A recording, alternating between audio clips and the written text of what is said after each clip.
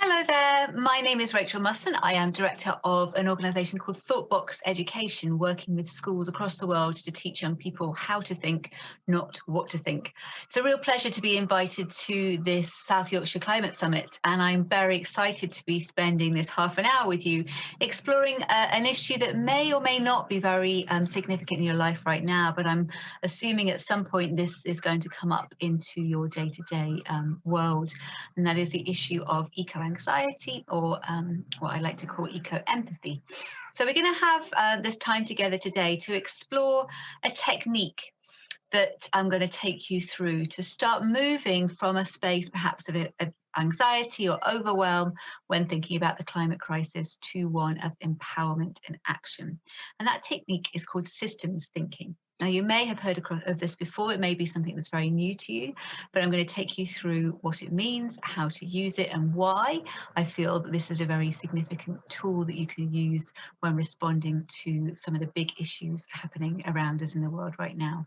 So firstly, congratulations for being part of this summit. One of the biggest things that we can do when it comes to responding to the climate emergency is to respond. And your school has chosen for you to be part of this summit, and you are very fortunate to be part of the South Yorkshire Climate Conference, who are putting this event on for you. So welcome, and I'm delighted to see you. So I'm going to share my screen and just talk through a few issues with you and a few ideas about the idea of systems thinking. So I've entitled this talk, Learn How to Think in Systems to Support an Empowered Future. Now, I'm going to quickly just show you what we're going to look at today. We're going to have three big questions that we explore. The what, which is what are some of the issues that we're facing beyond the climate crisis. And I'm not starting off today wanting to be particularly miserable, but I want to show you how some of the bigger issues happening in the world right now are actually part of the same issue. We're going to think a little bit about why these issues are happening, and most significantly, we're going to think about how we can move from a space of anxiety or overwhelm, or maybe even disconnect, to one of empowerment. But to start, I would invite you to turn to the person next to you or a couple of people next to you, and I'm going to give you 30 seconds to just share openly and honestly how you're feeling about climate change. There is no right answer here, and all emotions are very welcome. So 30 seconds just to share.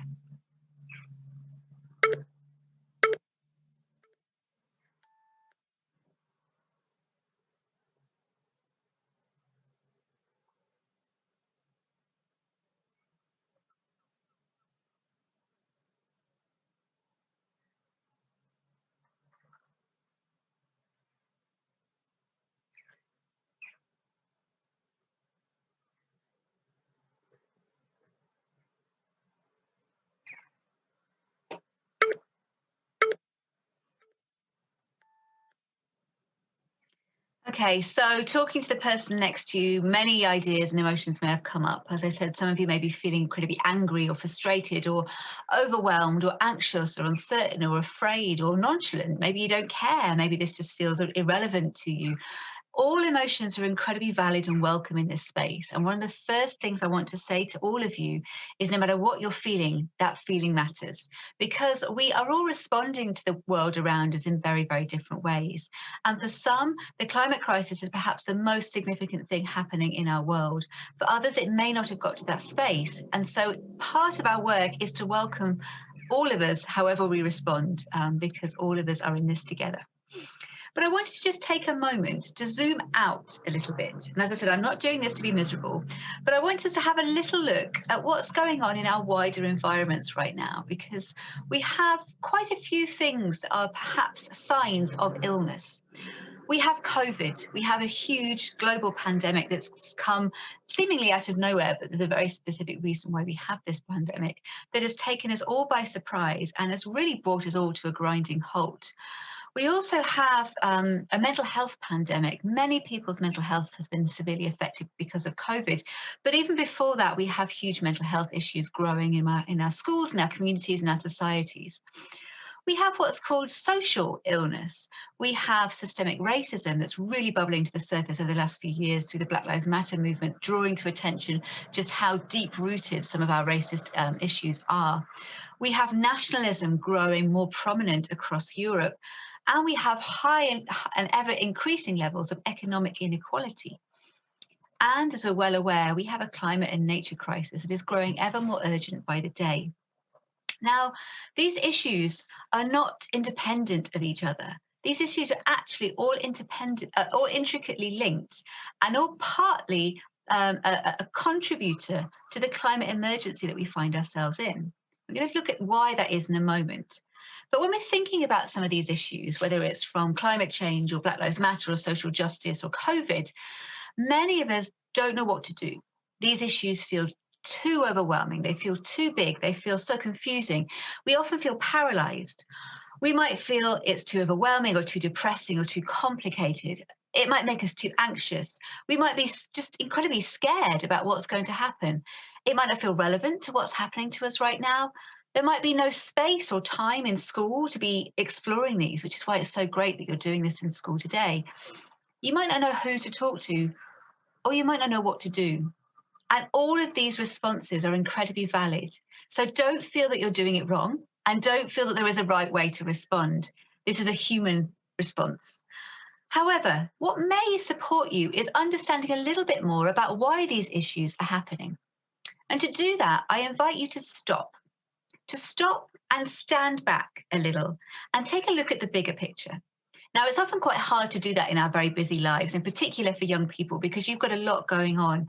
But one of the things that happened during COVID, during the lockdown, is many people got to pull on the handbrake, if you like, from their busy lives and take a look at some of the big things happening around them and start thinking about why that might be happening, or whether the lives they were living were actually making them particularly well. And so for many, this lockdown period has allowed us to start looking a little bit more deeply at what's happening in our world and maybe start to think a little bit differently about what we're doing and why. As I said, the problems that we're facing are not independent of each other. They're all very intricately related. We're not well. We're not well in ourselves. As I said, we've got a pandemic to show us that we have a mental health crisis. We're not well socially. We have huge levels of inequality and injustice. And our planet is sick. These are symptoms, which I've spelt wrong, apologies. These are symptoms of how disconnected we've become from what we need to thrive together on a finite planet. And this illness, this collective illness with ourselves, with our societies, and with the natural world, is a consequence of what people are calling the three disconnects: a disconnection from ourselves and our own sense of well-being, a disconnection from each other, and the development of something like a them and us culture, which has developed over the last few hundred years, and a fundamental disconnection from the rest of the natural world. Now, these disconnections have happened slowly and gradually over human history, in particular since the advent of the Industrial Revolution, where we've been taught to perhaps become more independent thinking and less connected in our actions and in our lives. And as such, we find ourselves in a space now where we're seeing the symptoms of what is quite an ill way of living. As I said, we're not well in ourselves, we're not well socially, and we're not well environmentally. Our planet is sick. And so what we need to do to respond to these areas of illness is start taking care of and looking at the whole picture. Because the health and well-being of one part of our lives dramatically impacts the health and well-being of the whole. So if we take care of the parts, we can actually take care of the whole. And this is called whole system thinking. Now, we cannot be well if the planet is not well. It's that simple. We are a species, a human being, and just one of 60 million species that live on the planet. And we need the air, the water, the biodiversity around us, the natural systems. We need these to thrive. And so if our natural systems are not well, we are not well.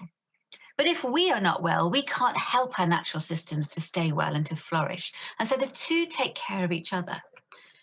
Now, there is a huge amount of overwhelming information out there about the state of the planet. There are alarming statistics, and we're perhaps getting more conscious of time running out. We have seen a huge uptake from you guys. Thank you for taking to the streets and demanding action with climate strikes across the world. And I know you've got a talk from the Sheffield Youth Strike for Climate in this conference to talk about the work they've been doing as part of the Fridays for Future climate strikes. We're also seeing very frustrating levels of government inaction. And that's hard because we're not able to see responses to what we need to be happening. And from this comes something that has been labelled eco-anxiety. Eco-anxiety being a state of anxiety or overwhelm or distress in response to the climate crisis. But I'm going to share a different take on eco-anxiety, one that the Climate Psychology Alliance use, which is the idea that eco-anxiety is actually eco-empathy, because we're anxious simply because we care. And we care because we want to live in a thriving, beautiful, wonderful, healthy planet. And when we care, that's a very strong feeling of action, because when we're empathic and caring, that's an outpouring because we want to do something. When we're anxious, that's an inward response. That's quite demoralizing. So I actually want us to start changing the vocabulary that we're using and not call this emotion that we're feeling eco-anxiety, but call it eco-empathy. And actually, I would argue that anyone who's not feeling eco-anxiety or eco-empathy, those are the people we should be worrying about, because why would we not be caring deeply about the health and well-being of our planet? So at this moment, I'm inviting you to stop and take a little step back and pause from trying to do and be and respond and take a little moment to think. Because there are things that we can all do to feel empowered and create change. And it starts by learning to think in systems. Now, we've been taught in our lives, certainly in our generations, to see the earth as something to extract from, something to pollute, something to consume, something to own. We've been taught that humans are at the top of a pyramid of evolution, and therefore we are masters or mistresses of the universe. Unfortunately, that is one of the biggest misnomers that we've been taught or we've been led to believe. We are, as I said, just one of 60 million species, all needing to live in harmonious synchronicity on one finite planet. However, we've been taught to see the world with a very limited, quite a self-serving view. It's a little bit like seeing through binoculars. If I invite you now to reach under your chair and get your invisible binoculars, they're probably by your left foot somewhere, grab them out and pop them on and take a look through your binoculars or whatever's in front of you. You're probably seeing me right now at the board. Now, when I'm asking you to look ahead and see me, that's the only thing you're paying attention to. If I now ask you to keep looking through your binoculars, but don't necessarily look to see me, just look straight ahead through your binoculars. So your eyes might now be roaming a little bit through that straight view and starting to see some things in your periphery. Can I just invite you to take those binoculars off and just look? You will notice that your vision expands and your awareness starts to see things you may not have noticed before because you've not been told where to look. You're simply looking. And part of the role we all have is to start being a little bit more aware and to start looking at the bigger picture, to take our blinkers off and to start being conscious of the things that are happening that we either choose to not see or that we don't look at. And that begins by thinking in systems. Now, what is systems thinking? Well, systems thinking is a way of understanding all of the relationships that we are connected through and how our actions have a very significant impact and influence on the rest of the world. Now, systems thinking helps us to understand the interconnectedness or the interconnectivity of all of the things happening around us. And it plays a vital role in us creating a healthy community, a healthy classroom, a healthy family, or even a healthy body. Whatever it is that's a system, we can support the health and well-being of it. So we might sometimes think, well, what can one little person do to change an entire global climate crisis? But I'm hoping when I've shown you how systems thinking works, that you understand that you can do an awful lot by just doing some very small things. So some examples of systems. Your community is a system. Your body is a system. Your family is a system. A tree is a system. A classroom is a system. A school is a system. A person or a city. And there are different types of systems. We've got belief systems, political systems, social systems, mechanical systems, lots and lots of different systems that we're part of. In fact, everything in life is part of a system. But what is a system? So a system is made up of little parts or holons. And when these little parts or holons all come together, they interconnect as a whole and they produce some sort of result. So if a certain number of little pieces, little parts come together as a whole, they produce a system. So for example, in your class, there's lots of you, lots of students, you've all come together and you create whatever your class is called, 3C, or I don't know what the name of your class is, but that system has been created because of all the people in your classroom. I'm going to start with a question. What is the connection between your right nostril, a leaf, and Saturn? Now, this isn't the beginning of some terrible joke.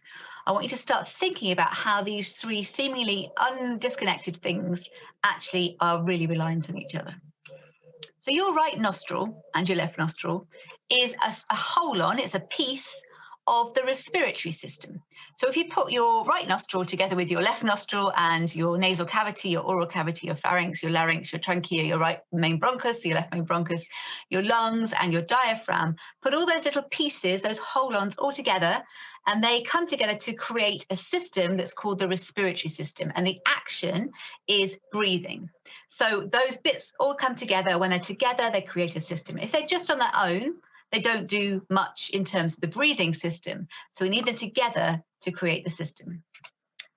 Same thing with a leaf. A leaf is one small part or one hole-on of a tree system. Now, if you add a leaf to a branch, to a trunk, to the bark, to the crown, to the pith, to the rings, to the soil, to the root systems of trees, and all the other parts that come with it, if you put all those little pieces or hold-ons together, they create a tree system. And that tree system helps us to breathe because the tree is taking in the carbon dioxide from the atmosphere and pumping out the oxygen that we need to breathe. So the tree system is part of those hold-ons working together to create something, a system that is activated in terms of creating a sort of an air solution for us to breathe. Saturn is one part, one hole-on of a solar system. So if you add Saturn to Mercury, Venus, Earth, Mars, Jupiter, Uranus, Neptune, and Pluto, all of those planets together, when they come together in that placement in the galaxy, in the universe, they create the solar system. So all those parts on their own, all those hole-ons on their own, are just floating around, but when they come together, they create the solar system, which allows life on Earth to thrive. Now, my right nostril, is one part, one hole-on of the respiratory system. But the respiratory system is also one hole-on, one part of the body system. So systems can be within systems. It's a little bit like Russian dolls. You can keep finding more and more systems inside and put more and more systems outside. So the nostril is a part of the respiratory system. But the respiratory system is a hole-on of the body system. So when you add the respiratory system to the blood system, to the lymph node system, to all the other systems in the body, if you put all those systems together, you then have a movement that's called the body. And so all of those systems play a part in creating the body system. Same thing with a leaf. A leaf is one part, one hole-on of a tree system. But a tree system is one part or one hole-on of a forest system. So again, if you put lots of trees together, they create underground through this beautiful mycelial network of fungi, they create a tree system that's been called the wood wide web. And you may not have learnt about this before because it's quite recent research, but trees actually communicate, connect and support each other through this underground web. They pass each other medicine and messages and support when each tree needs maybe some more nutrients or is sick or is being attacked. So trees come together, they connect together across the forest floor underground in the soil to create a forest system. So again, like the Russian dolls, we've got the leaf system and we can go a little bit further out, and we've got the tree system, and then we can go a little bit further out and we've got the forest system. Same thing with Saturn. So Saturn is quite a big piece of a system. This is one part, one hole-on of the solar system. But the solar system, all of those planets together swirling around in space, that is just one part, one hole-on of the Milky Way. So each of those pieces, those parts, is like a bigger or a smaller Russian doll inside of itself, growing and growing, or expanding, or going smaller and smaller. And we can take our magnifying glass and go deep inside a leaf, if you like, or the right nostril, or to Saturn, don't need a magnifying glass for that, to find the smaller systems inside each of these spaces. Now, the body system is intricately connected to the forest system because we need trees to help us to breathe. And so the health and well-being of the forest system is directly linked to the health and well-being of us, of our capacity to breathe. We also need Saturn and the planets to be exactly in the placement that they're in to help the entire life on Earth phenomenon to exist. So when you start thinking in systems, firstly, you understand that everything, absolutely everything, is in relationship with everything else. Now, one of the reasons the Earth is round is partly to give us this concept of being a system, to be a moving dynamic system. Everything is part of everything else, which in a way might feel really complex.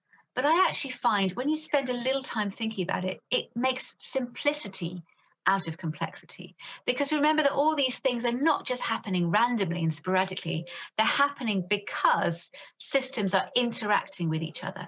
And when we've got systems that are broken, that causes a ripple effect on other systems. So, for example, if I get a cold, if my right nostril is blocked, suddenly my capacity to breathe is infringed. So my respiratory system is a little bit broken. My right nostril gets blocked. I then start to struggle to get enough oxygen going into my body. And I feel that my whole body system is a little bit sluggish. My whole body system stops working as well, simply because my right nostril is blocked. And so that the well-being, the health of my right nostril is really massively important to the health of my whole body. Same thing with the tree system. We might think, oh, just chopping down one tree doesn't make much difference. But if we chop down one tree, the health and well-being of that one tree is severely impacted because the root system has been cut off. And that root system from that one tree is feeding and supporting the root systems of the other trees around it. And so the health and well-being of that forest system is impacted. And that will have consequences on the health and being of myself as somebody who's breathing with the oxygen that these trees produce. The same thing with Saturn. I know we're going quite far out for this next bit, but Saturn's rings are placed exactly so to actually keep a huge number of meteorites and asteroids from entering the Earth's atmosphere. And if Saturn was to wobble slightly and those rings slightly move, we would be in a very perilous position on Earth because we would have a wide opening to atmospheric debris, if you like, coming in. And so the health and well-being of Saturn in that solar system is fundamental to the health and well-being of all of us on planet Earth. So healthy systems actually beget healthy systems. What does that mean? Well, it means if you take care of the part, it can actually take care of the whole. So if I spend all my time picking my nose or sticking things up my nose or touching things that have got loads of germs and give it all, like, I don't know, getting lots of germs through my nostrils, I'm actually impacting the health and well-being of my body. If I can support my body to be well, it helps the entire system in there to be well. Each little part matters. So when we think about the climate crisis, we often think, how can one individual or one action make any difference to this huge, complex mess? Well, I want to invite you to focus on the parts as well as the whole and understanding the value and the significance of supporting healthy habits and healthy systems on a very local, personal, local space, which can have ripple effects on creating healthy systems on a wider space. If you take care of the parts, they will take care of the whole. Now, one quick way of thinking about systems thinking, if some of that feels a little bit confusing, is to imagine a traffic jam. Now, I'm pretty sure that most of you at some point in your life will have sat in a traffic jam and been really frustrated with your parents or the bus driver or whoever it is has driven that way, that they got stuck in this big stream of traffic and you're really frustrated with everybody else. You're annoyed that everybody's causing this traffic jam. But you are the traffic jam. If you were not there, the traffic jam wouldn't be there. So we sometimes look at some of these things happening around us and forget that we are creating how they're happening. Now, I'm not for a second saying that you are causing the climate crisis, but I'm saying that we have the capacity to shift the behaviors and the health and well-being of the world around us, depending on how we are and what we do. You matter. So when we think about the algae in the bottom of the ocean, and the seaweed growing in the bottom of the ocean. This is feeding a huge, vast number of the species that live in the oceans. That little tiny bit of algae really matters. The little tiny bee is pollinating the food that feeds people across the world. The little tiny bee matters tremendously to our health and well-being. That orangutan in the forest, that one species in the entire rainforest, is hugely significant to the health, well-being, and vitality of so many other species around it, because the way it lives, how it lives, what it does, and how it interacts with other species is creating the ripple effects for other species to thrive. And inside your body, the bacteria, the microbacteria that live in your gut, these matter tremendously to the health and well-being of you as a whole. Every little part matters to the well-being and to the system it's in, and every system matters to the bigger system that it's in, and so on and so on. So never underestimate the tremendous value and significance of you. Now, I want to finish with this idea of a little bit of chess. If any of you play chess, you understand what I'm talking about when I say that you can plan your move, but the move you actually make is in response to what your friend has just done or your opponent has just played. Because every move we make changes and affects the rest of the moves. You don't know quite what's coming when you're playing chess, and so we have to constantly shift and adapt. And that's how life works. Things shift and adapt around us. And as something happens over here, something else settles down and happens over here. And systems thinking is this process of shifting and adapting. And believe me, it wouldn't take long for the entire system to shift and adapt to one of health and well-being if we had the will. And so do feel that your capacity to shift and adapt in the spaces and the systems that you're in is really powerful. Now, we start at the beginning of this workshop thinking about this idea of seeing intentionally with these blinkers versus seeing attentionally and having our eyes a little bit more open to some of the things happening around us. And I really invite you to start being more conscious. Pay a little bit more attention to what you're doing and think about some of the impacts. I saw a fantastic picture today of a young boy on Instagram, and he was wearing a "There is no Planet B" t-shirt, and he was drinking a green smoothie. So he was clearly showing his response to the climate crisis. But he was drinking a green smoothie out of a single-use disposable plastic cup with a plastic straw. Now, I'm not criticizing his intention, but I would invite him to have perhaps stood back a little bit and thought, okay, I really believe in this notion of responding to the climate, but what am I doing in my own behaviors that might be actually perpetuating the crisis? And actually having single-use plastic is one thing we all know that we can change today in terms of our behavior that does have an impact. So starting to be a little bit more attentional and paying attention to the wider world. I've just used this picture here of Bob, the dog, who is walking along with his owner Ian. And there's a little, sorry, Bob is not the dog. Bob is the bird on the right hand side, and Bob's friend is shouting here, "Hey, watch out, Bob!" Because Bob is paying really close attention to looking at the seed in the ground, but also he's got his eyes wide open to things that are happening around him. So we can start to learn to be paying a lot more attention to the wider things, the things that we don't see as well. Now, everything in life is connected. No one thing can ever change or be changed by itself. So understanding the ripple effects that one person can have on their systems, whether that's their body system, their family system, their class system, their community system, their school system, their local system, their global system, that goes on and on. Everything has this connection and this ripple effect. So I invite you to slow down, stand back and take a big look at the bigger picture and pay attention to some of the things that maybe you're not quite noticing.